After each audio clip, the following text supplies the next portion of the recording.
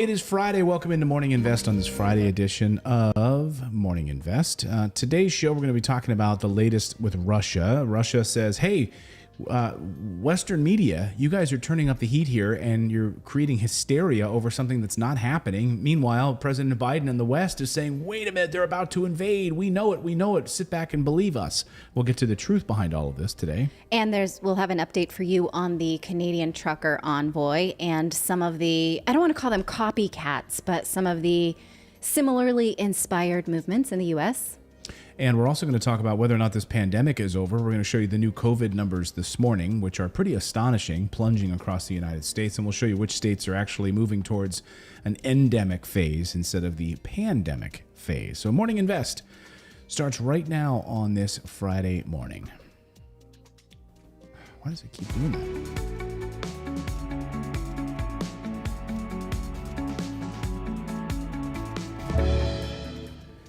Why do you think that keeps doing that? I don't know. I'll look at it after the show. I think it's. Okay. I think what you said yesterday is it's finishing and it's not going away. Yeah, it's like finishing and then not restarting itself or something. Anyway, That's the show open. Welcome in. Hope everyone is doing well on this Friday morning. You want to tell them about the newsletter? Oh, yes, indeed. Please subscribe to our morning newsletter at morninginvest.com. It is free. It gives you a whole host of news you probably wouldn't have known otherwise. Lots of little juicy tidbits. You too can be a factoid and share things like that with your friends. And please tell your friends about it as well. All right. Morning Invest, it begins right now. Let's start with Ukraine this morning because now to the latest in Ukraine where the back and forth between Russia and the Western forces has reached a crescendo. Now, on the one side, you have President Biden who is saying he doesn't believe for a second that Russia is moving its troops back home. Like he's got access to data that you don't have at home because you're stupid. So we have access to all of this data and you don't have it. We believe our CIA intelligence agency that doesn't lie on a regular basis about anything. Okay, at least according to Mike Pompeo. Right. And he believes that the threat of a Russian invasion will happen at any moment, and he's sticking to his guns on that. Here is President Biden being asked that very question. How high is the threat of a Russian invasion right now? It's very high. Why? It's very high because they have not moved any of their troops out. They've moved more troops in. Number one. Number two, we have reason to believe that they are engaged in a false flag operation to have an excuse to go in. Every indication we have is they're prepared to go into Ukraine, attack Ukraine. Number one. Number two, I've been waiting for a response from Putin for my letter that... Hello? Did we lose you guys?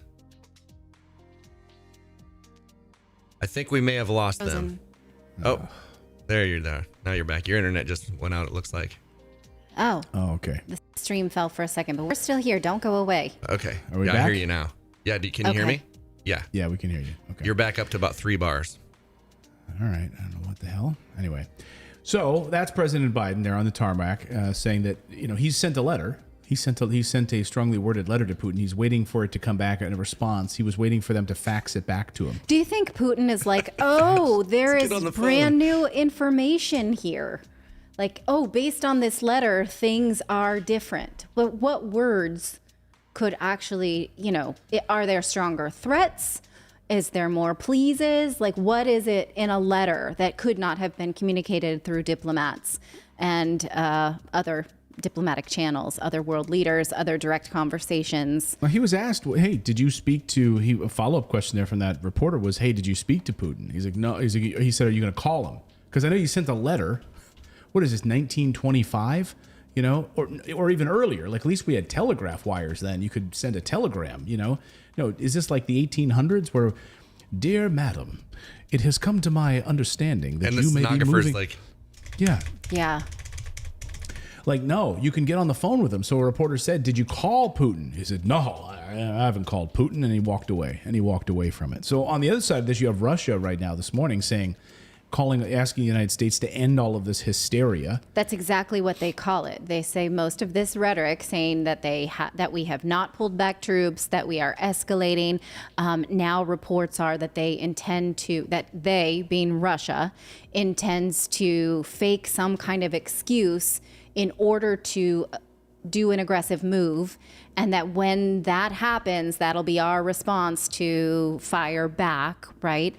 Because of course NATO and the West does not want to be seen as firing first, but they are obviously hovering over the trigger at this point. And so here now is the U.S. Or the UK intelligence. The UK intelligence has released a map of how Russia is about to invade. Like, this is getting crazy. Here's the map. Here's exactly by the Ministry of Defense in Britain. Phase 1. Okay, phase 1 is in red, in dark red arrows, and phase 2 will be the ground movement once they're inside of Ukraine. Okay, so they'll go into the Donbass region. They'll go right from the north. They'll go from the west. They'll go from the south. They'll come in everywhere, right? And then they will move across Ukraine and take it over. That's what's about to happen. Wow. That's exactly According to Western sources. Yeah, according to Western sources. And again, recall that these are two countries that pioneered the weapons of mass destruction rhetoric that sent us into the Middle East. So that is why I think rightfully so much media coverage of this is like, really though, really? Because they're saying that they are not doing this. Are you sure? Which is why Anthony Blinken, Secretary of State, and Joe Biden, President of the United States, and also officials from the United Kingdom seem to be screaming a bit louder. Yes, they are. They're aggressing. We expect it. It's imminent any day now. Well, and two things I wanted to say really quick. So one, I can understand why they wouldn't want Biden on the phone with Putin, so they can write the letter, because could you imagine a letter from Biden? Come on, man. What are we doing? Yeah. And second of all, it's like this. I was talking to Clayton before the show. Like, this just feels like Iraq all over again. This just feels like a huge propaganda campaign. It's like the blueprint is exactly the same. And now they've got these maps, and they're like, we see 7,000 troops. It's like we have no clue where all of this stuff is coming from, and we're going to trust the people that have gotten us into every war. Like, did you see that tweet that I sent you yesterday, Clayton? So Lee Camp said this. He said, okay, so they lied to us about Iraq, Afghanistan, Syria, Libya, Vietnam, North Korea, Iran, Venezuela, Guatemala, Honduras, Haiti, Cuba, Panama, Nicaragua, but they're telling us the truth about Ukraine. Yeah, so this is their track record. They lied to us here, Iraq, Afghanistan, all the way down the list, Vietnam, North Korea, and now so we're going to believe them, right? We're absolutely going to believe them about this situation. And, all of this sort of, they're saying it's hysteria. That's what the Russians are saying. And then, of course, this is coming in response to the State Department. All of this response from Russia saying the United States is on a hysterical march trying to get us into this war. Their response came in response to Ned Price, who's that State Department little whipping boy. Remember, he said it was the same Ned Price who last week said he couldn't answer simple questions. About what? So when asked by an Associated Press reporter, what is the proof that Russia may release some kind of propaganda video that justifies a war? And he says, the proof is I'm saying it right now.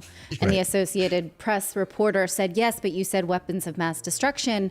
I would like something other than you saying it, to which he replied, would you like me to write it down and hand it to you? And that is proof. And that'll be my evidence. That, again, proof does not make. So now, at least we have a mainstream journalist who is saying, I'm going to wait it out until I see something. So Ned Price did an interview with CNN. Yeah, those are two great sources that come together, right? The State Department and CNN come together to give us the truth and continue to push this narrative that Russia is about to invade. He also was asked some tough and direct questions yesterday about what is happening with Russia? Where is this invasion that you promised us a few days ago? Where is it happening? And again, once again, he went back to his old talking points. Here's Ned Price. There are Russian actions, and it should be clear to everyone. It is clear to everyone who takes the time to investigate that their words do not match their actions, and in fact, their words stand in stark contrast to their actions. And you can see that on social media, you can see that on publicly available satellite imagery, you can see that through any number of means. That's a question for the Russian Federation. What I will say, and this is as much from an historical perspective as it is from what we're seeing now. This is the Russian playbook. This is the playbook the Russians have used in the past, including in 2014, to paint a picture, or at least to attempt to paint a picture publicly, while they do the opposite in a way that they seek to obfuscate, in a way that they seek to obscure. That's our Thank you. playbook. Yeah. That's their. He should literally. just replace Russia with U.S. every time he says that.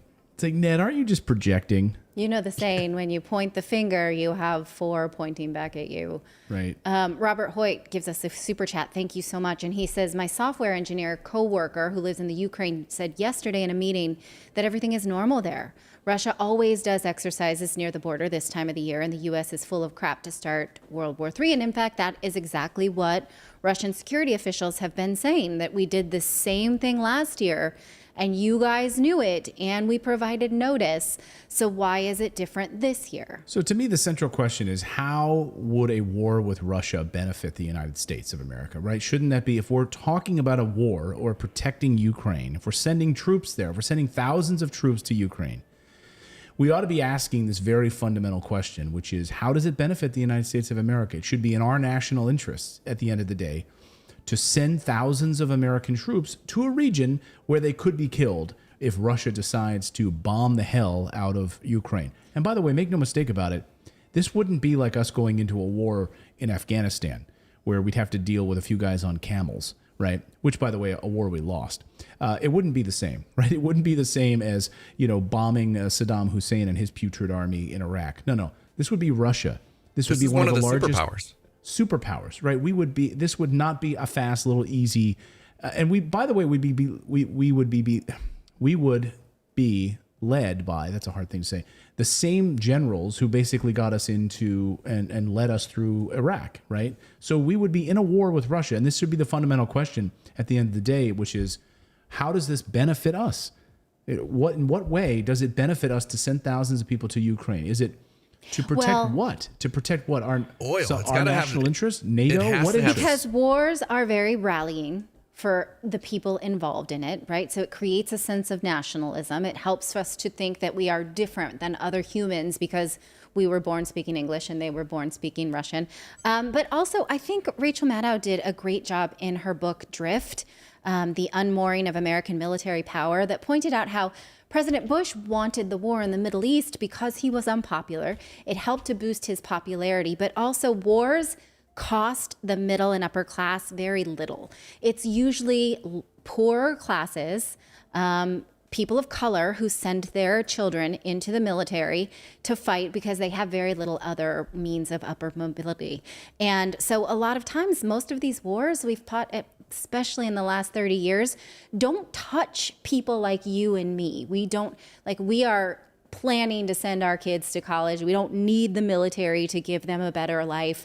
And so we won't even necessarily know many people who will die. That's different now because we send our kids to a diplomatic school. It's an American school abroad. And so a lot of American diplomats and soldiers go there. So now I feel like it's a bit different for us.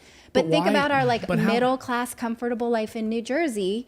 We didn't know anybody who would ever be in the military or it would not cost us, Mike right? D for Life in our chat says, I have 2 sons and they won't be attending these wars. Exactly. Right. But at the end of the day, I come back to, how does this benefit the United States? Because it can help us without that. This is the thing is we have such a class system, such a disparity of class, that those of us who will be voters, who will be louder, who will donate money into certain causes, have very little to lose. It's awful to say, but the demographics bear out. And the way that war is fought now, which is on television, it's away from us.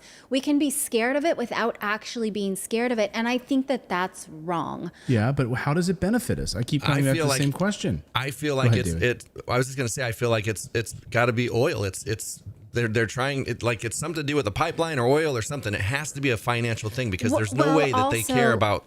They're not thinking about the class of the people. There's something monetary that they want to get out of it. Finally. All right, we got the answer here. So Senator Richard Blumenthal was on television yesterday, and he had this to say about the money that's being foisted right now towards this problem, of course the military-industrial complex wants this war. That's the answer. I was so deeply impressed with how resolute and determined the people of Ukraine are. They are courageous, they are steadfast, and they're going to fight in the streets, their neighborhoods, the fields, if we give them the arms that they need. And that's why I've also urged the Javelin missiles and the Stinger missile to combat their tanks and their aircraft.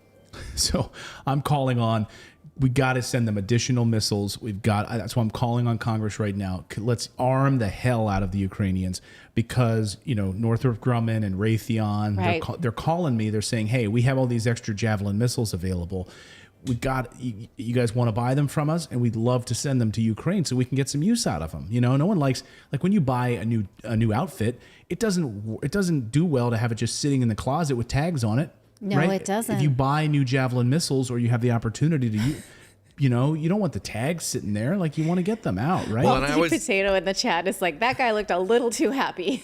Right. He's like, I'm so excited. He's like, let me make you an offer I can't refuse. You can't refuse. Want to buy some guns? Hey.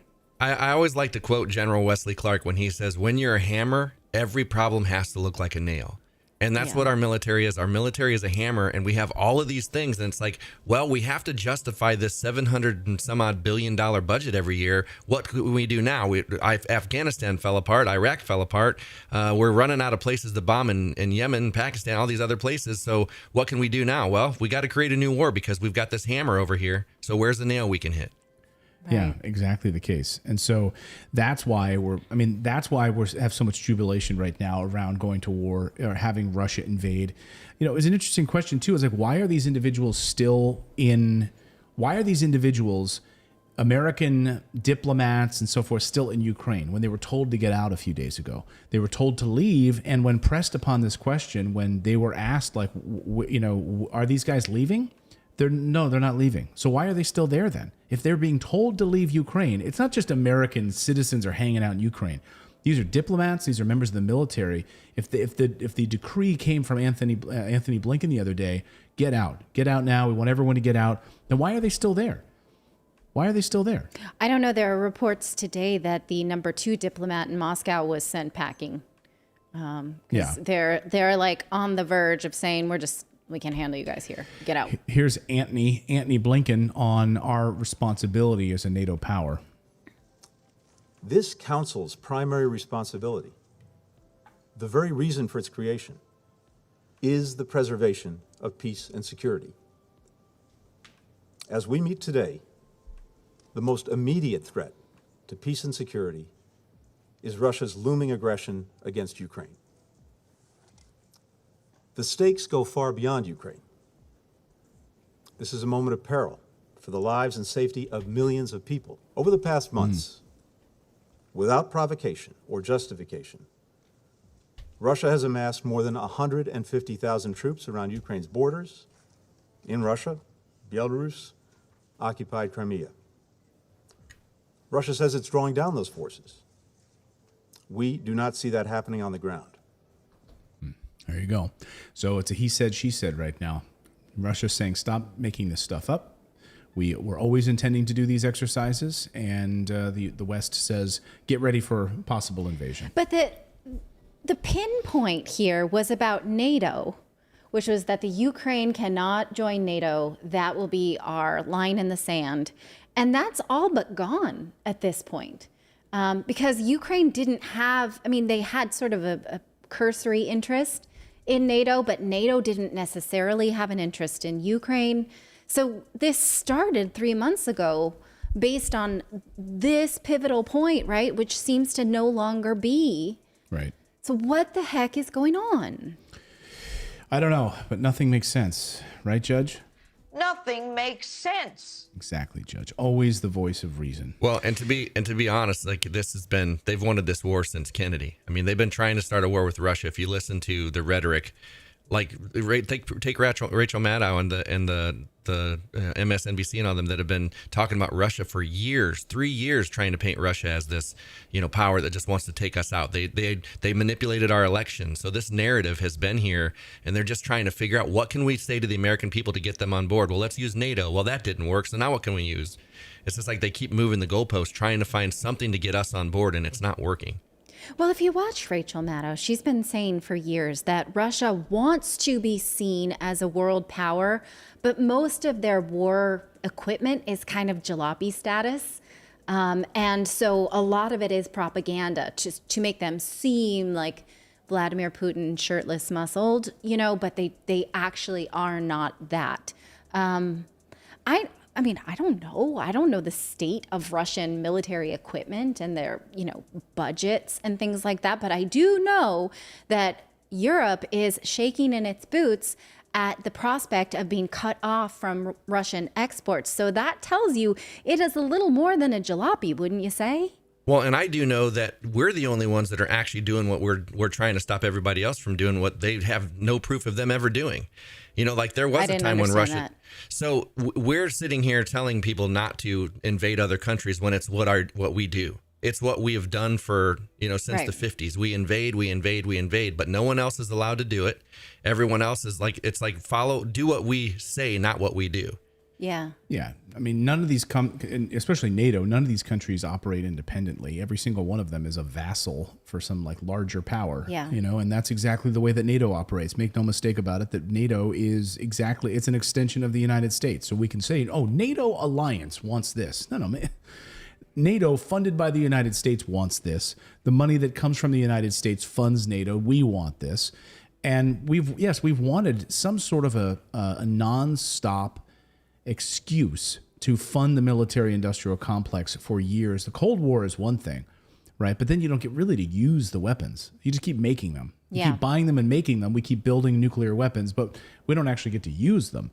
Wouldn't it be great to actually use a lot of these weapons that we spend $750 billion a year to fund? No, but here was our favorite headline of the day, though. I love this. I saw your tweet about it and made me laugh quite.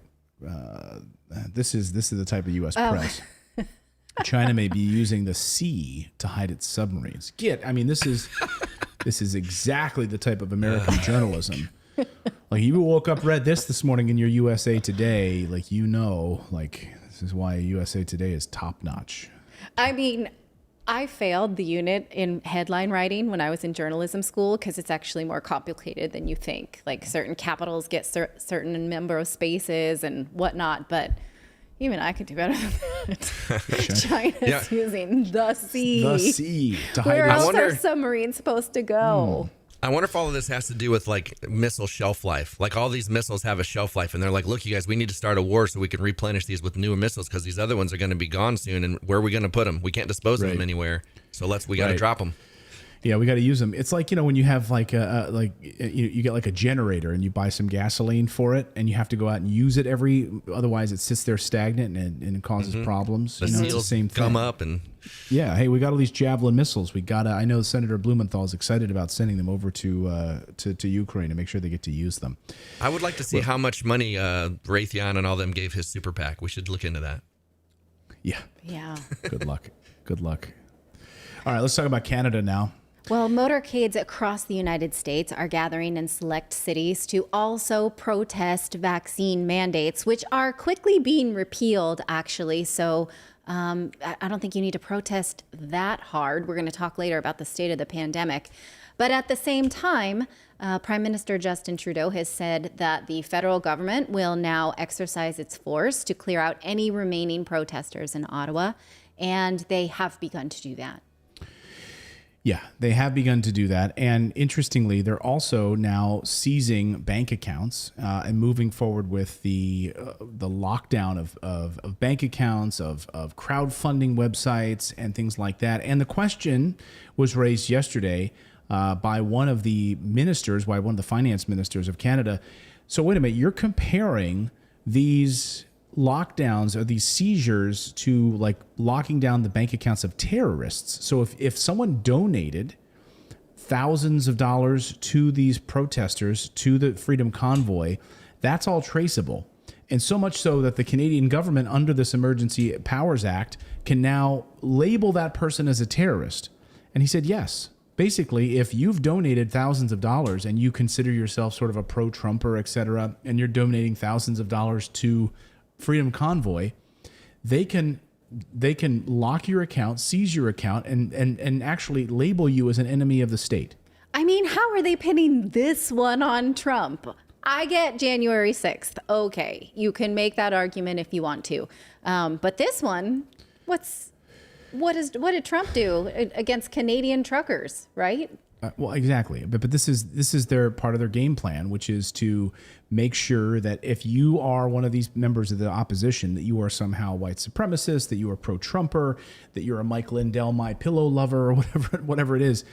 But he's saying, look, exactly that. 90,000 people had their names released yesterday. I mean, this is the whole point of the story, right? That they were doxxed. The Canadian government, if you donated money using, what is it, Give, Send, Go. Give, Send, Go. If you gave money on Give, Send, Go, the Canadian government just released your names. 90,000 of you just had your names released. Your bank account and your name and your financial information. Yeah. So because you donated to a cause that you believed in, and the government now labels you as an enemy of the state and decides that they are going to release your information. I mean, that's outrageous. Do we have a clip from that I was person? trying to find it. I did save it earlier, and I can't find it, unfortunately. Well, and the thing is, like, how dangerous is that you're accusing these people of funding terrorism? So think what that's going to do. Those people could be, like, literally drawn and quartered. Like, people are thinking that they're funding terrorism, and that, I mean, that'll go down to their family with death threats, and, you know, like, they're not going to be able to get jobs probably if they were on that list. Like, it's going to hurt them bad. Potentially. Yes, indeed. And especially if you don't know what the repercussions of something like this for any kind of personal finance, any kind of immigration, any kind of, right? And it was just some people wanted to support a cause saying, yes, I believe that this subset of industry had already exposed themselves during the heart of the pandemic without vaccines. We don't think we should push them in any further, given what they've already done for us. This is not an anti-vaccine rally. It is an anti-vaccine mandate rally. And so plenty of people rally behind that cause and thought, okay, I will support them because they are missing out on their livelihood. It costs them dearly to take days off to be there in support of this cause that they believe in for their community. And yesterday, well, and unfortunately, too, Twitter, really quick, Twitter is allowing this doxing on their platform of the right, what they consider these extremist right people, but they didn't allow it when it was anything tied to Black Lives Matter or anything on the left. Yeah, this is the hypocrisy, of course, of Twitter, which, right, so you cannot publish anything that's, you know, even Edward Snowden pointed this out yesterday, right? Like, if you are talking about Hunter Biden, right? If you were talking about Hunter Biden and laptop emails and laptop documents and so forth, the reason that you weren't allowed to retweet that story that the New York Post published was because they are not promoting the spreading of information that was received through a hack, okay? And as Edward Snowden pointed out, that's ridiculous. These emails were not hacked. They were given to these news organizations. Right. So, but now that we actually have a hack and we actually have the government stealing people's information and releasing it, where is your the hypocrisy is just it's right there, you know. So you can't. Where's Twitter stepping in and saying we're not going to allow you to publish these stories with this information on here? And meanwhile, yesterday we were seeing that the cops. I started watching. I was watching this unfold on Twitter yesterday, and sure enough, Ottawa cops started cracking down on the protesters yesterday. They started putting up fences around them. They were bringing reinforcements to set up fencing around the protesters. The police convoys were moving in on them yesterday, saying that they are an economic threat. And of course, you can see the CCTV camera footage here as well. So RT covering this story and doing a good job of it. Video captured on Tuesday shows busloads of police arriving in downtown Ottawa and officers purportedly holding crowd in controlled drills. And they're putting up metal fencing near the demonstration sites around these truckers. Wait, and isn't their metal fencing going to block more than the trucks? What's that? It's like, aren't those fences going to block emergency vehicles where the trucks hadn't? Well, you would think, right? I mean, Right. It's going to be hard to get like across streets and sidewalks and so forth, and all of that.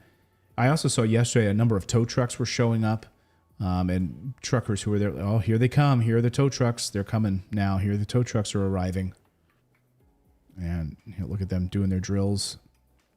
And, like, that's a drill, by the way. I guess it's like little jaunt. Just to run. That's a Canadian. Wait, you guys, it's that's not a Canadian straight. It's not sprint. straight, eh? I'm sure there's more going on there that we don't understand. What the heck? They're doing like, they're going to have javelins? What was that I move? don't know. It's not for us to judge. I'm sure they can be very intimidating. Oh, yes. Are you kidding me? Of course they can be very intimidating. Okay, Beyond come that on, little- bud. We're going to be walking down this way, eh? Okay, come on, bud. I'm sorry. Sorry. You guys, stop. Stop. Both of you, stop. All right. Why don't you tell us about our show sponsor, Clayton, before we move on to the next story? All right, I want to tell you about our friends over at Moomoo. They are giving away up to $7,000 in free stocks just for opening a trading account. Friends at Moomoo make it very, very easy for you to learn how to trade. You can set up a paper trading account. So, get your free stocks just for opening a free account and then learn how to trade with their paper trading, which means you're not using any of your own money. It's like working in it's like in Star Trek Next Generation when you would go on the holodeck, and you do some training, some jousting. It's not a real jousting, right? You're just training. And that's how paper trading works, is that you can actually learn how to trade right there, follow the markets, learn how to day trade, or just invest for long term. If you're not interested in day trading, hold it for long term. Invest in the companies that you believe in. But the best thing is when you open your account, you get a whole bunch of bonuses, and they're giving away up to $7,000 in free stock. But you have to use our link right there. So just use morninginvest.com/Moomoo. Again, that's morninginvest.com/Moomoo in order to get set up today so you can start trading anywhere, day or night. All right. All right. Is the pandemic over? That's an interesting question. It is showing signs of returning to normal life in many places. In the newsletter, you may have noticed we reported that Coachella and other music festivals are now going back to in-person events, no masks, no social distancing, no crowd limitations. Now the state of California is saying that they are working on moving to an endemic phase. That is different from a pandemic phase, meaning it is something that we expect to live with and not disrupt society in a major way. Interesting that California is the first to use this language when they were the first to issue shelters in place when the pandemic began. Yeah, and as what you're looking here on the screen is, I think, the big headline here, which is that, COVID cases among 100,000 people plummeting all across the United States. So these cases are now, way, way down all across the United States. So when the hell is this thing going to be over with? And that's the question I have, right? At what point do we say enough's enough, we're done with this? When you have certain states already removing mask mandates, you have other states like California saying... Wait. Just walk me through the colors again. So the dark color has the highest infection rate and the lightest colors have the lowest. Yes? Cases, cases are dropping, right? Oh, okay. Cases dropping. Okay. So cases just dropping across the board. Mm-hmm. Can I just reiterate, though, that from the very beginning, no credible scientist or doctor understands where these numbers all even come from? Yes. It's hard to... right now, we're only reporting case numbers. Death numbers are also something that's highly charged right now, but we're talking about incidents of new case numbers. Well, right, but when the now, tests, though, aren't accurate, like it's like the numbers have not been... Like they've been questioning these numbers from the beginning, like... They've had the real-time data on CNN, like in real-time numbers, kind of like the Iraq war, just making it like, hey, this is what this is, but like nothing backs up that data. Well, like Chance in our chat says cases are down because they stopped reporting it. Maybe. I don't know, but I know this. I know that estimated 73% now are immune to Omicron. And this AP article asks, is that enough? Is that enough for what, a herd immunity?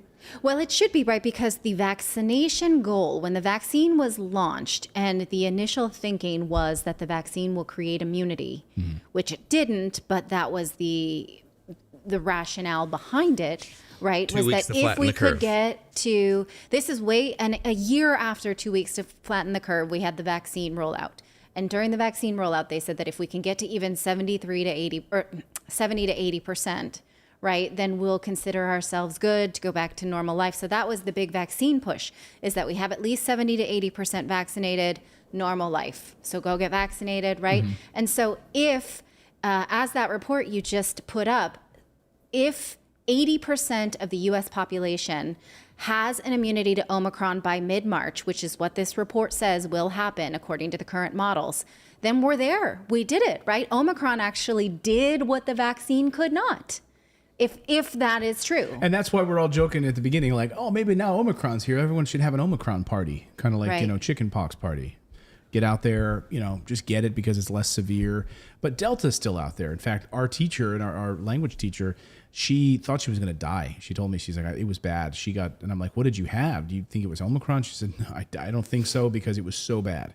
Yeah. And so and she's young. And she's young and thin and, Pretty. Oh, you've beautiful. noticed? No, she's young and she's thin. But she's, she doesn't have comorbidities. She doesn't have any of that. And she's like, yeah, I thought I was going to die the first 3 days. She's like, it was bad. She felt like electricity through my body. It was really painful. She It's like her whole body was awful. painful. I don't think we should do anything to minimize, but we're just talking about the numbers, right? So if the public notice was that if 70 to 80% of people get vaccinated, we go back to normal life, and we did not achieve that through vaccination, we achieved that through natural infection, does it matter? It shouldn't matter, right? No, Is that look at the Amish 80%? community.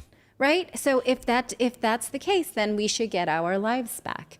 Yeah, we should have But done from nobody the beginning. should purposely expose themselves to COVID. We just want to make sure we said that. What did you say, David? Well, I was just going to say, we've talked about the Amish community. We should have done what they did from the very beginning. Right. Again, I think everyone should sort of make their own risk analysis and decide what they can do for their own. Because, yeah, it affects people very differently. I'm a healthy person too, and I felt like my pillow hurt when I had it. I was like, I can't even lay here. Everything hurts. So, but again, now we're talking about, I've even seen on social media, like mother after mother after mother saying, look, mask mandate's gone in our elementary school aged kids. That's something we were just celebrating before the show because we got an email from our school saying that 4th grade and below can now not be required to wear masks. They can still opt in, but it's not. And in fact, one of my friends who went to pick up her daughter for a doctor's appointment said that when they told the 4th grade, all of them, I'm going to cry just saying that, they were all cheering. All these 9-year-olds were like, woohoo, yeah, no more. And I had been worried about my daughter, who is only 3 days from the hospital, from being hospitalized from pneumonia, wearing a mask in school, because you don't want to obstruct airways if someone has just had a lung infection. And I was wondering if I should cause a stink. Should I bring in the note? I was going to ask her pediatrician about it at our follow-up. And there was and now I don't have to, right? So you think about how we as parents have agonized over this. What does it cost them? Wearing the mask, it's so uncomfortable. When it's hot, it's even worse. And these little heroes have just handled it. We complain about it more than they have. In my experience, in our school, you see these little kids just like, okay, here I go, masking up and going to school. And they don't say boo about it. And it's us that are just in agony over it. And I'm just thrilled for them, really. So, as this case points out, as this whole thing points out here, but there's a difference between a declining number of cases and a smaller number of cases. So some regions in the U.S. have achieved both COVID cases have fallen all the way down to levels that experts consider at least relatively safe. New York, New Jersey, Connecticut, all are averaging fewer than 25 new cases per 1,000 per day. So is Washington, D.C. Maryland is doing even just better at 12 cases per day for every 100,000 residents. Most of the U.S., however, isn't quite there yet. In Alaska, for example, new cases are dropping significantly, but the state is still averaging 100 cases per 100,000 people. That's the highest rate in the country. So these in dark brown are the highest rates in the country right now. Still Oklahoma, Alaska is the highest. And these are still the highest. It's interesting that California is moving forward with this endemic phase. What exactly does that mean when they will look at how they are going to move away from a pandemic into an endemic phase? What exactly does that mean for California? And California is saying that we've been. Let me see if I can pull it up here. I don't have it in front of me. Well, it's Stupid interesting notes. if you look at yesterday, they had a recall election in San Francisco where 3 board members were removed from their elected jobs because parents thought you have not done enough to mitigate this pandemic on our children. You didn't prioritize getting them back to school. You didn't help them when the science showed that they don't spread it, that the masks don't mitigate their risks.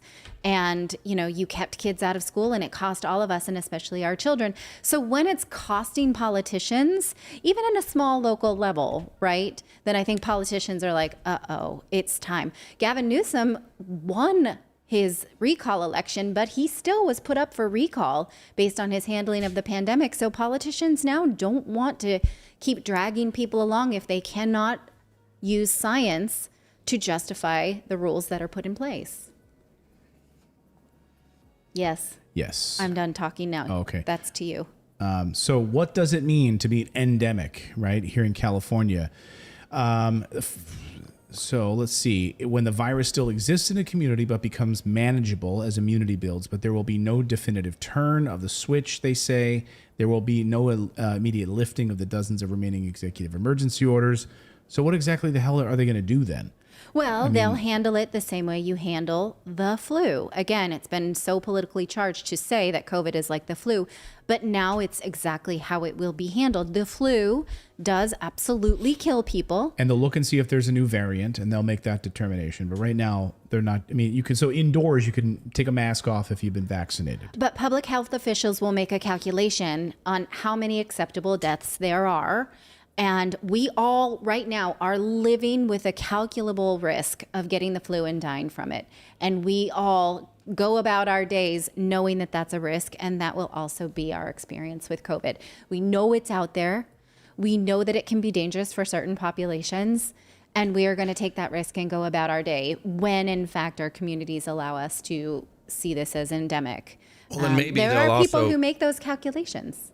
Well, and maybe they'll also, since it's all going to die down, the pharmaceutical companies won't have the stranglehold they do and allow the pre-treatment options that have been available the entire time to actually be used for people, to keep them from getting it and to give them early treatment. I'm sure they will. The thing is with a lot of people don't realize with the vax is that they were only able to get an emergency authorization if there was no other drug that could treat it. That's the only way they could do that. So that's why they had to demonize every other drug that could do anything for it. They had to demonize it so that they could keep the emergency authorization. Yes. I'm waiting for the other shoe to drop on some of these pharmaceutical companies. We're learning more and more troubling data about the fraud that was foisted upon the American people from the likes of Moderna and others. Faking test results. You have whistleblowers now who are coming out who were actively involved in this and saying, hey, what Moderna was doing with these vaccine results is unconscionable. That's why you have people who are dumping their stocks in Moderna who work there while still working there. They're dumping their stock as they're still releasing new vaccines and other things like that. So something interesting is really about to happen here as it relates to the fraud behind Moderna and Pfizer coming out. And how many We've been months reporting on some of it here? Yeah, and how many months do we have until the 8 months is up that judge ruled that, the information they wanted to hide till 2055, we get that data in 8 months. It'll probably all be redacted or something, but I think we're about, 5 months away from supposedly getting that data? Yeah, it's interesting. Yesterday, just today, actually, Pfizer had announced that their Omicron vaccine is delayed due to data gathering. And I find it so interesting to think, who would make the calculation to get an Omicron vaccine, right? And I don't want to downplay anybody who would make that calculation, but at the same time, it's just very interesting. And they say that if Omicron mutates, we can still use this data for whatever future variation there is, and so we're at the ready. So that is worth noting. All right. Shall we move on? Okay. Yeah, let's move. Let's move on to this story, which I find this kind of breaking overnight and YouTube dropping this story in its blog. So YouTube has just released a new blog post called Inside Responsibility. What's next on our efforts for misinformation, or what's next on our misinformation efforts? We're launching a new series that takes you behind the scenes of how we're tackling some of the largest challenges facing YouTube. What we're going to do is we are going to catch new misinformation before it goes viral. And who's deciding what's misinformation? Oh, YouTube. They are. Oh. So now here, let me give you this. When I upload a video to YouTube, before I ever get to hit publish, it's going to decide whether or not what I'm about to publish is misinformation or not, using their algorithm. They're highly algorithm, advanced, AI. perfect algorithms. Right, which, by the way, every day, just about every day here on the show, our show gets flagged for something using their AI, and then we request a manual human review, and then the human writes and says, oh, after review, we realize your video's fine. That poor fool. Right. So To that listen poor to our fool. whole show. It's probably some 20-year-old intern. It's like sitting there, like literally. And now this person is going to, so you get like some 20-year-old intern who's sitting there eating a bag of Doritos. Like, I don't know if he's saying is true. I guess it's true, but I'm Excuse me. They work manually for reviewing. YouTube. They get free organic kale chips. Oh, that's right. That's Yeah. right. They believe So that you should never be YouTube is more gonna than 25 decide. foot from food. Right. Exactly. That's their rule. If you've been into Google offices, and like we have, they have like little scooters you can take around. They have food everywhere, baskets of food. So they will catch new misinformation before it goes viral. And a cross-platform problem addressing shares of misinformation. They'll ramp up their misinformation efforts work around the world. Oh, but beyond that, you talk about picking winners and losers, right? I know we refer to this book so often by Carol Roth, the War on Small Business, and how large businesses that work in tandem with the government get to pick winners and losers. But go back to that little graphic there, the X. Yeah, Yes, that. yeah. So, okay, if they don't like what you say, they can reduce your visibility or remove it. But if they like what you say, they can raise your visibility or reward you by pushing you out to more viewers, right? So talk about picking winners and losers. Right. Yeah, that's a good point. So Hey Clayton, can you do me a favor? Can you scroll to the top of this article and see if that warning of the Chinese government thing is on the top? No, this is real, unfortunately. Oh, this was written by YouTube. Wow. This is written by YouTube, so this is not from the Chinese government. No, it's on blog.youtube.com. Yeah. No, this isn't a sponsored piece by the Chinese government or the Russian government. This is our own government in the United States of America, land of the free, the land that loves freedom of speech, right? Everyone wants to talk about America being the greatest place in the world, right? Everyone's, like said, well, free speech, right? No. No, I'm sorry. No. No, when the big tech oligarchs run the show in Silicon Valley, our speech is not free. And by the way, they funnel billions of dollars to campaign candidates for office in Washington, D.C. who do their bidding. And I would love to see if there's going to be like a Senate panel. There's going to be a hearing in Congress where members of Congress call members of YouTube before them and say, okay, you're putting out this thing. Now you're going to be censoring people before they ever publish a video using your algorithm. Can we see what this algorithm looks like? Why is it suppressing certain voices and amplifying others? Mm-hmm. Which coincidentally always happens to be the right that they silence and the left that they amplify. But I'm not that interested in a congressional panel where we get Maxine Waters sort of dressing down Mark Zuckerberg, and then what? Nothing happens. You just sort of embarrass Mark Zuckerberg, and then that goes viral, and nothing changes. I don't think we should. This could be so easy for all of these companies if they would just support the First Amendment, and that's it. Like, all they would have to do is say, okay, here's what we're going to do. We're just going to support the Constitution on every platform, and that's going to be our baseline. And then from there, we can have rules about, inciting violence and stuff, which isn't free speech, by the way, but they don't do that because this is a way that they can control the narrative. And the narrative always seems to be in favor of the woke left. Yeah, here's what they say. We are going to leverage an even more targeted mix of classifiers, including keywords and additional languages, and information from regional analysts, to identify narratives our main classifier doesn't catch. So their main classifier is their artificial intelligence, right? Yeah. I'm interested in this because I mentioned recently that I read the book by Abigail Schreier called Irreversible Damage about the transgendered craze, right? And she is a lawyer who became interested in this because she thinks that making somebody use your brand new name or use your chosen pronoun is a violation of your freedom of speech, which is such an interesting, I'm not saying that I believe that, but it's an interesting conundrum, right? And so just last week now, Instagram and TikTok are both saying that if you misgender somebody, meaning you use their gender that they left behind or you use the name that they left behind, you will be kicked off those platforms. Okay, on the one hand, that is showing respect to someone who has decided to change their identity and saying, I honor you and I see you, how you are presenting to the world. But is it a violation of your free speech to use the birth gender? I think that these are, and this is something that you usually cannot say because it's considered politically incorrect and insensitive. But I think it's an interesting debate right now, right? Is it for social media to say you lose your freedom of speech for being disrespectful to this person, right? When our freedom of speech was supposed to be absolute. Right, but unless you're a big tech oligarch who publishes a blog post that says, we will decide. Right, I'm not saying you should misgender somebody, but I'm asking if you should have the right to do that. That's what I'm saying. What if a study comes out about the effects of this misgendering or whatever, right? And so they say context is top of mind. Embedded in a research study or a news report might be requiring exceptions or a different treatment altogether. So if you're talking about a news report, we might have to be careful here. I love this. We might need to be careful to balance limiting. We don't want to, like, if you do a video where you talk about this controversial research, then we at YouTube have to decide whether or not to allow it to disseminate.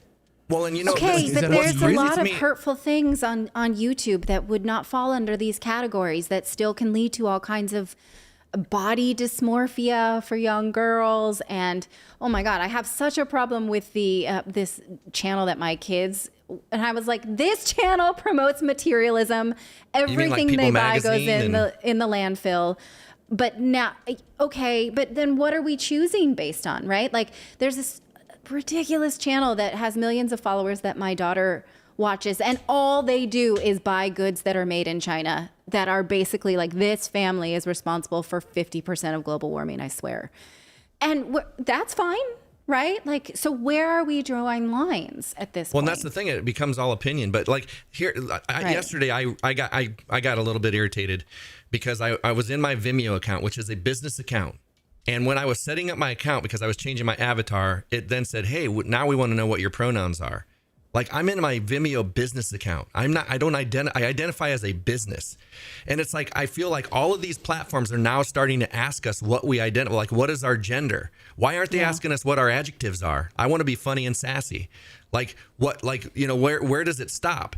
And it's like, if they're taking that information and they're asking us what it is and we're filling that out, that's going to be something they can use in the future against us, of those of us that don't, like, I don't buy into all of that. I'll call somebody whatever name. That too.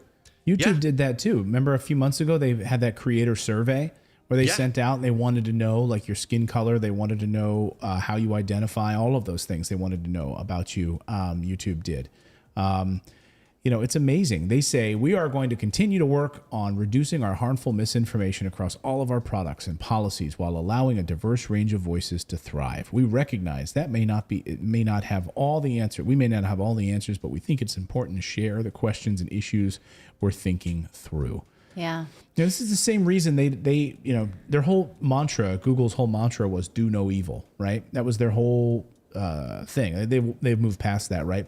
But they left China. They got out of China because they didn't like China telling them we're going to suppress certain search results and things like that. So they left and moved out of there. But they're doing the exact same thing in the United States. Like, what they were complaining about China doing is exactly what Google and YouTube are doing today. Yeah. Yeah, but it's to protect people here. It's to control people there. Right. It's to protect you. Yeah. You feel safer? KT says she's got a problem with using they for an individual. If you want an androgynous pronoun, all we've got right now is they. So if I identify as non-binary, then you say, they wanted a coffee for me. So bizarre. And but isn't that the same as like, I'm an atheist, right?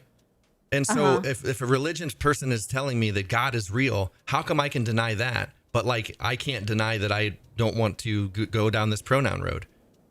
I think that Because I believe bears it's a a belief. different I believe it's very discussion. For me, cultish. as a grammar nerd, it just bothers me that that's a word for plural.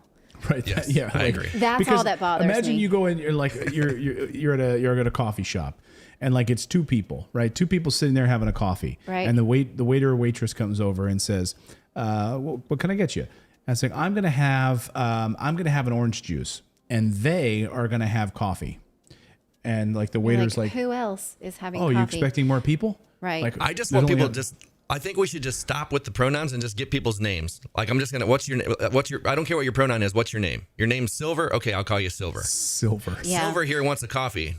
In Iranian, they just don't names. have gendered pronouns at where? all. Iranian language, in Persian, they don't Yeah, have but a they're gendered communists. pronoun. It's just, Yeah. but we could do they're that. I'd be terrorists. fine with that, with one pronoun that's, for everybody, but it cannot be plural. You have to have a singular and a plural pronoun that is different. This is I haven't thought of any alternative, but I really just wish that non-binary people could have a singular pronoun. Jim Yeah, Jackson and now says, it's getting now it's Jim Jackson in the chat says, I use it for my wife.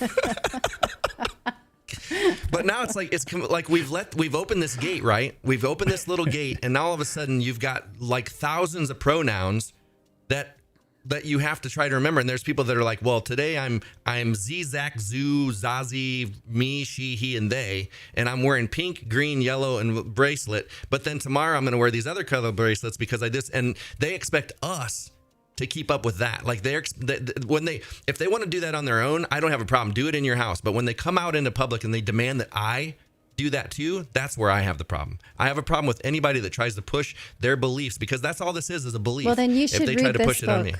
about I would how love to. it violates your freedom of speech to make you say anything. We can't even make you say the Pledge of Allegiance. So why then are there consequences where you can lose your license as a teacher? You can lose your license as a therapist for misgendering somebody. Why are those things basically illegal and cost you your livelihood when it doesn't to not say the Pledge of Allegiance? Oh, sorry, I kicked a table. I got excited. Wow, We're going to you're move on to angry. trending. Do you yeah. want to do the last ad and then we'll do No, trending? I just wanted to say, just wrap it up here. So yeah, I mean, let us know your thoughts on this. Drop us a comment below and let YouTube know. I mean, if they see enough of this, they see enough response to this, but it's going to really be interesting to me to see what. Oh, it's like, what the hell's happening here? Just like I'm not in on the joke.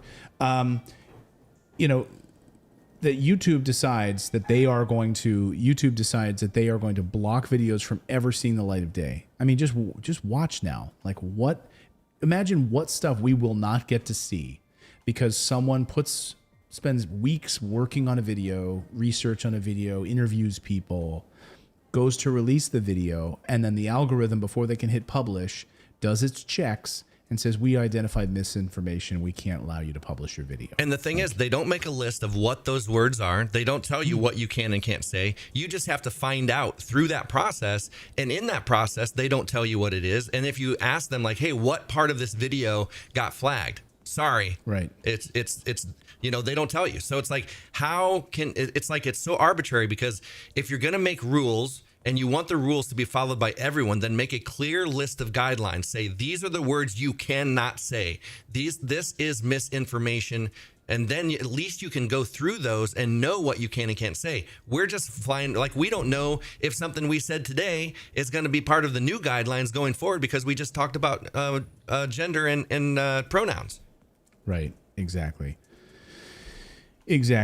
So, yeah, exactly. Let us know your thoughts on this in the comments. Which is why people need to go get on the newsletter, because, we don't know how long we're going to be allowed to be on here. Okay. Clayton has a return, something he's returning, and he's got to go because DHL is waiting to get it from him. So I will tell you what is trending on the internet. And let's see. Hang on. Hold, please.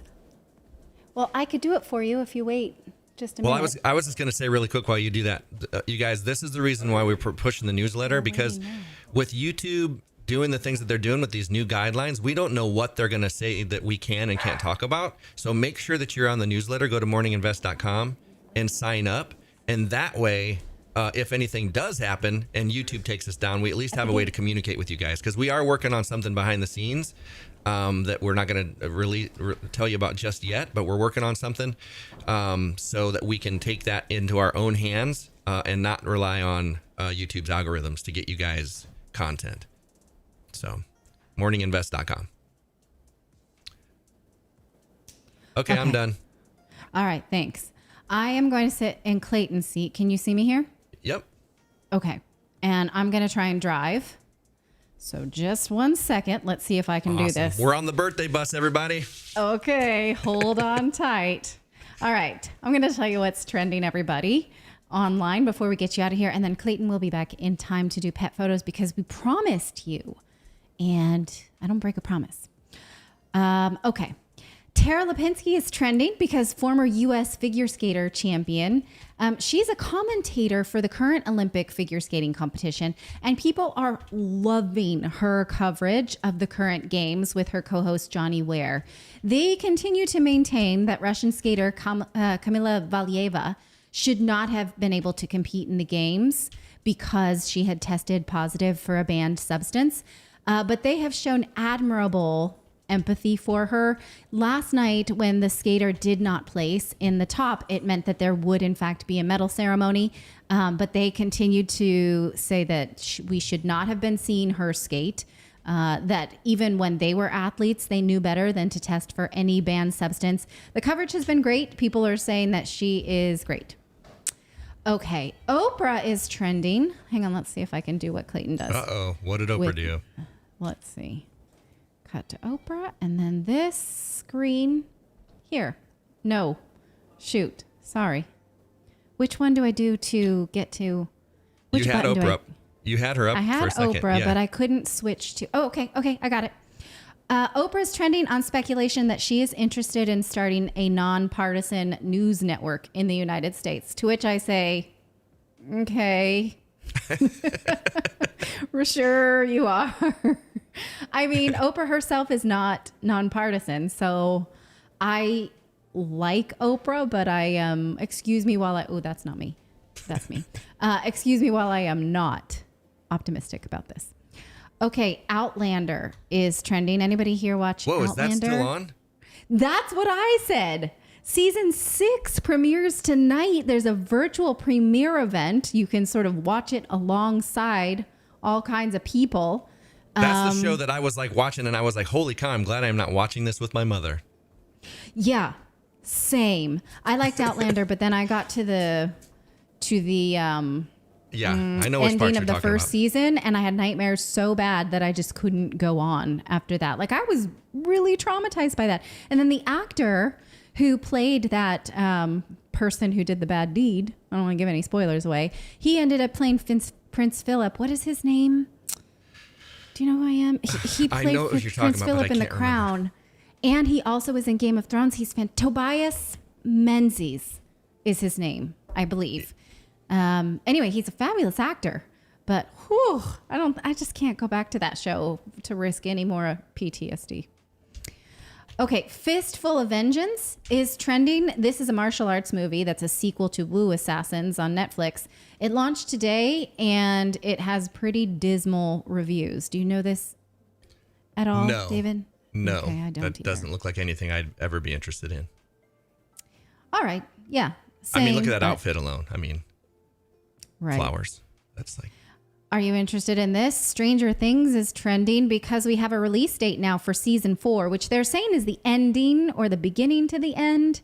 It's coming in 2 parts, starting May 27th and then again on July 1st. You into that? Stranger Things? No. I actually I loved the first season, but they lost me after that. I tried season 2, and I was like, I didn't like it, so I quit. I gave up. Oh. All right. And finally, Dick Van Dyke is trending. I don't see the video here, but you can link to it in the newsletter. He's trending because there's a new video of him showing off his singing and dancing moves with his wife, and he is 96 years old. It is definitely fun. He sings lovely and does many jazz squares and jazz hands. And if you're a fan of just Dick Van Dyke, you would like that. All right, I'm going to move out of the big boy chair, and Clayton will get in here and show you pet photos. You just said Dick Van Dyke, right? Dick Van Dyke, yeah. He's still alive? It's a jolly holiday with Mary. Okay, it's got to be printed in. Okay. But what is it? I'm shocked that Dick Van Dyke is still alive. He's still alive. Still Sorry, guys. alive and kicking. Is he 100 yet? All right. No, he's 96. 96.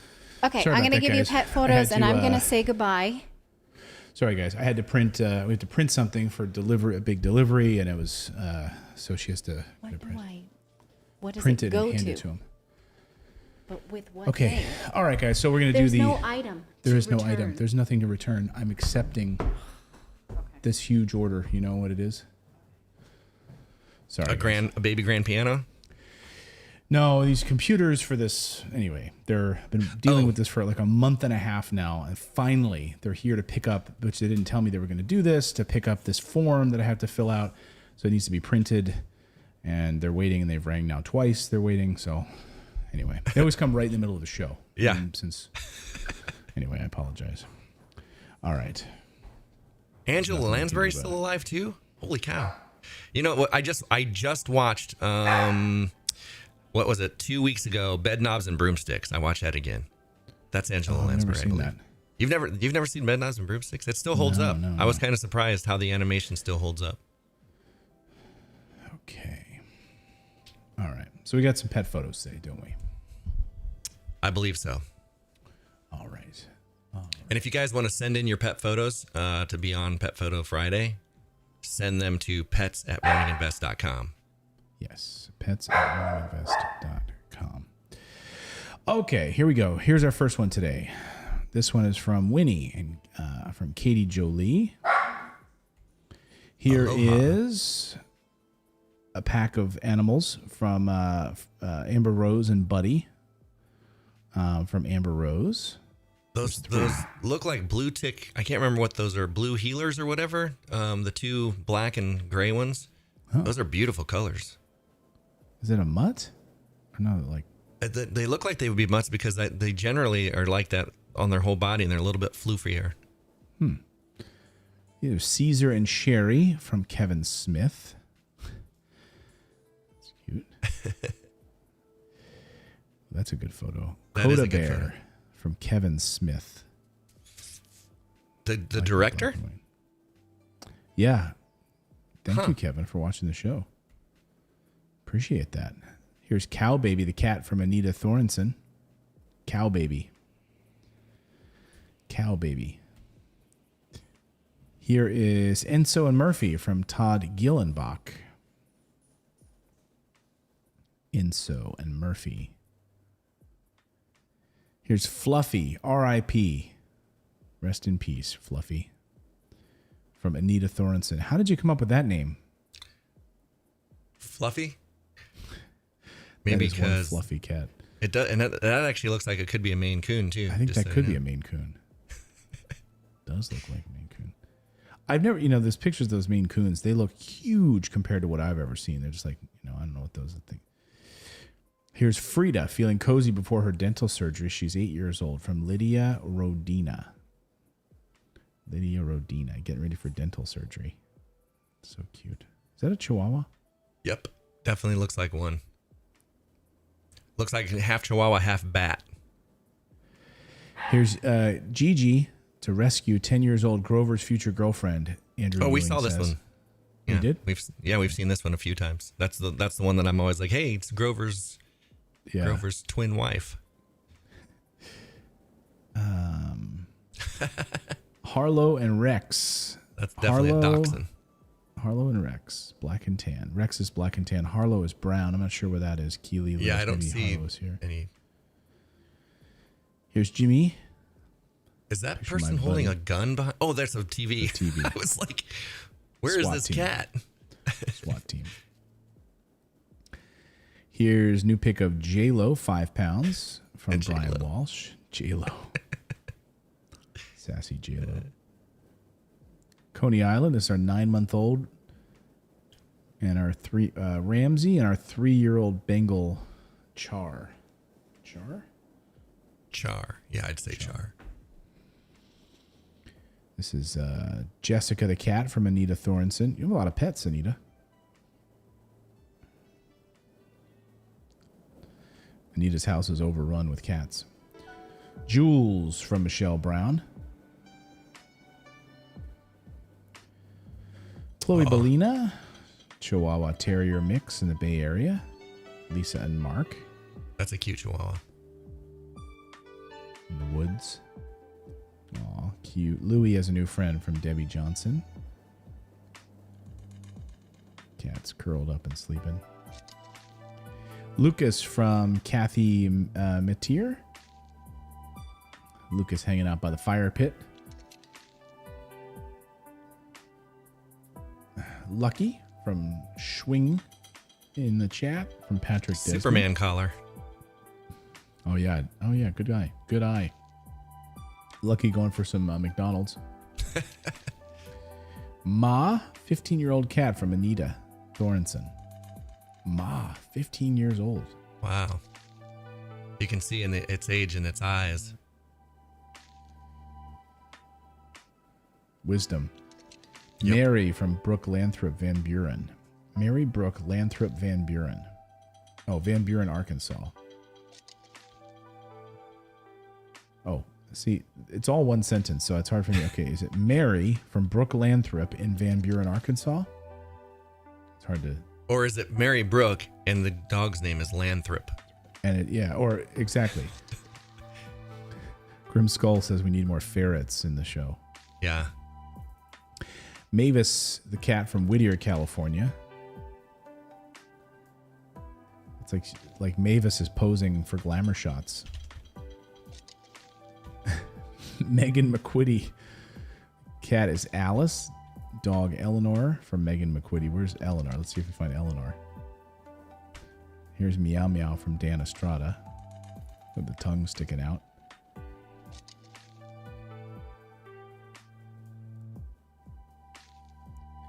Brother's new puppy Bandit from Kate T. That's a pretty picture. Bandit. That's a good name too, Bandit. My fur baby's Brittany Spencer from Brittany Spencer. Those ears. My neighbor's cat Max from Anita Thorenson. Man, you got a cat neighborhood there, Anita. Do they all hang out and play? She's like the neighborhood cat lady.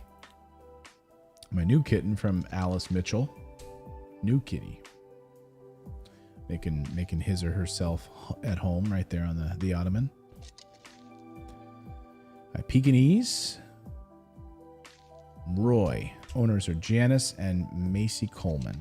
Diamond Head, Mississippi.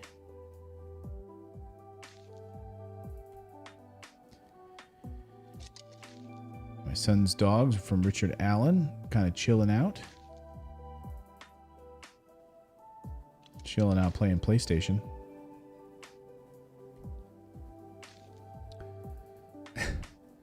Patriotic Bailey from Florida, from Pamela Jessamine. That looks like a Captain America shield. On Yeah. Kind of. Anita said, Clayton, 2 cats are my neighbors, but where I live, our doors are open and the cats just run the house. Oh, yeah. Lisa Pettit. That's a cutie. Yeah, you can see that's an older dog. Oh, Telly wow. Loya. Pet photo from Telly Loya. Chantel's Cane Corso. Mateo. Looks like it has like Shar-Pei in it or something. That's a pretty dog. Above the refrigerator, here's Coco from Valdosta, Georgia, from Jean E. Sent this one in. Hanging out above the refrigerator. It's warm up there. That's probably why. Here's Am Gates. They have a lot of there's a lot of goats. In fact, we were thinking about getting a goat. You have grass? We have a lot of grass, and like we just finished. Well, Natalie just finished reading that book on rewilding, and like one of the best things you can do for like land is actually having animals on the land. Yep. Yeah, I was gonna say if you have enough grass area, then goats are great. Yeah, we have a lot of grass. Plus, we have like stuff and that they could eat. You know, like other Well, and part plus of the garden. It's an animal that Grover could play with. They're not so big they're gonna hurt him like horses or. Yeah. Plus, would they're love to just be able funny. to- Like we had goats, and they're just funny animals. Like they have such individual personalities. King Arthur, yeah, Morgana. So I don't know. We'll see about it. There's Donald Harrison sent in a pet photo. I don't know the name of the dog. But thank you, Donald. Here's that's a pretty photo. Yeah. Chunsa Turner with is that a little pincher? Looks like a a mini pincher. looks like a min pin. Maybe a Hanging little out in the lake. dachshund. Yeah, that's a good picture. From Nicole Kuhn. Fuzzy. That's a spoiled dog. Here's a Hey, rabbit. bunny. Sharon Mackerel, pet rabbit. Amber says each of our goats are definitely full of personality. And it is, they're so individualized too. They're just like we had one named Buster, and this dude was like, he just had his own bratty personality. He would always mess with stuff and break stuff. And Are they a pain to upkeep? Like you have to really... no, they're really not. They're pretty easy. But the only thing is, you're gonna like, depending on which ones you get. If you get long-haired goats, you just gotta like keep them trim because they pee on their own fur, so they stink really bad, like stale urine. Oh. So there's specific kind of goats you want to make sure you get, and not get like long-haired. Okay. Here's Happy. Name is Happy. Pet's mom's name is Pearl from Rhea Moore. Looks like he's smiling. That's a fluffy cat. Pets. Tasha Hovis sent that one in. Tasha Hovis. Of course, the cat is hanging out in the sunshine as usual. And Scully from Eloisa. Scully. That's a good name, Scully.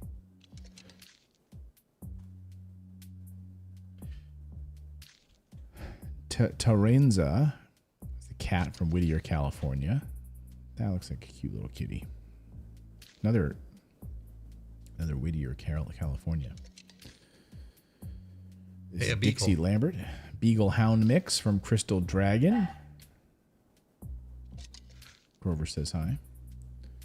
Tomcat from Leslie Razian. Tomcat. That's cute. It's floofy. That looks like a... Well, is that a Maine Coon? I don't know. Walker, Texas Kitty. Walker, Texas Ranger. Walker, Texas Kitty from D. Watson.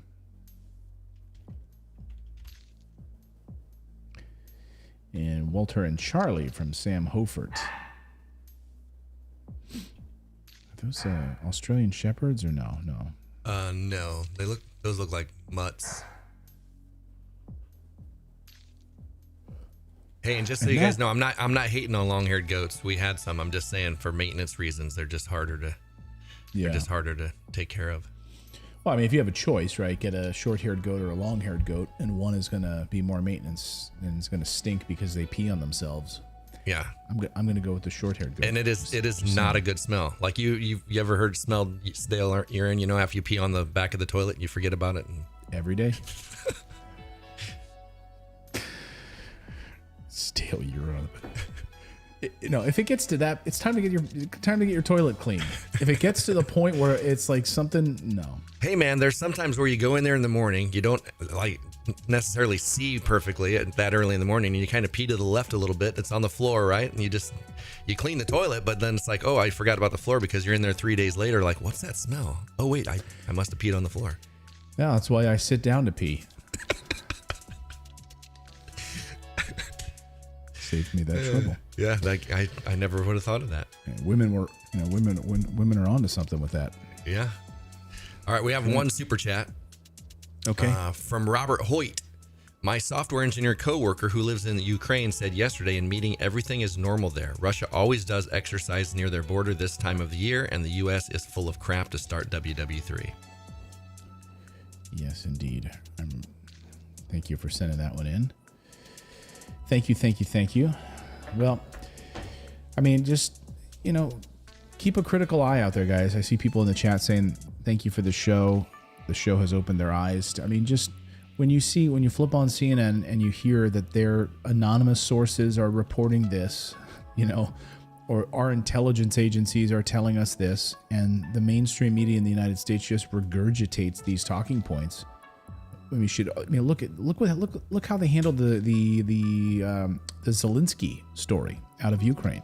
He was joking about the invasion, and he's like, this is, it was literally a joke, and the mainstream media in the United States ran with that as a story. And he had to come back and he was like, really? Are you kidding me? So just got to be just. Well, and anybody who was around during the Iraq lead up to the Iraq war, if you just go and go back and try and watch some of that old footage, like go watch Colin Powell, go watch Condoleezza Rice, go watch them create the narrative, go watch the media that was on at that time and watch how they created the narrative. Because if you lay that blueprint over this, it is identical. It's just not. There's no weapon. They're not using the vial of whatever that was that Colin Powell held up, but they're doing the exact same thing. Was it ricin? He's like, they've got this ricin. This is this vial could wipe out. Yeah. Where is that stuff? Right. And so now they, since they don't have that on Putin, it's got to be. They're going to make fake videos. They're going to like they're not even saying why they want to invade or it's just ridiculous. So yeah, just go watch that and you'll see the blueprint. This is the same thing they try to lie us into. Like we said at the beginning, how many times they've lied us into war. We can't let them lie us into another one. Someone was just responding too that live streams have been shut down in Canada. Wouldn't be surprised if they would shut phone lines down. Somebody said that. Somebody said they cut the internet and stuff up there. I don't know how true that could be because of the police or something. Like they would have to have some kind of internet for them, you would think, but. Yeah. I don't know. I see some live feeds here still. So people are saying hold the line up there. They got fresh snow too. So, well, we will be back on Monday and we'll have some stuff over the weekend as well. Be sure to check out my Paranormal Post channel because we'll be posting a video over there this weekend. You got to go over to youtube.com/paranormal post if you're interested in the paranormal news. That is coverage of UFOs. That is coverage of unexplained events, things that the government is keeping from us. Please check that out. Paranormalpost.com or youtube.com/paranormalpost is. Man, could you imagine if you got Paranormal Post or paranormalpost.com? Like, yeah. Paranormal Post. There you go. Come on over to Paranormal Post. youtube.com/paranormalpost. And check it out. Right there. We got a bunch of great stories. Hey, is that Miles in a Star Wars hat? Yeah. When we did the I Found Stairs in the Woods story. It has 27,000 views. That's awesome. So come check that out. youtube.com/paranormalpost. Have you guys ever seen that? Like, I mean, that's why the story is crazy. These staircases in the woods. No, there's places in. When I saw that story, I was like, holy cow. Because I had seen those in Indiana. And I just assumed they were stairs to old barns that had been there back in the day. And some of them are, but you had what's amazing is you have these members of the Forest Service with these amazing stories about experiencing all kinds of weird events around these mysterious staircases that they've discovered in the woods that are nowhere near roads, nowhere near, they're just there and there's no building or structure. But the weird kind of energies that are around some of these things. Anyway, it's an interesting story. Go and check it out. Again, youtube.com/paranormalpost. Love to hear your thoughts on it. All right, everyone. Thanks so much for joining us today. We'll be back here on Monday. Until then, enjoy the weekend and check out some of the Paranormal Post videos over the weekend. We will be posting. And we'll be doing a premiere. I think we'll do a live premiere together. I've got a new story about the Mafra Lights story, which is really good. So we'll be maybe premiering that one this weekend on Saturday at noon Eastern time if you'd like to join us for that. All right, everyone. We'll see you on Monday, everyone. Bye.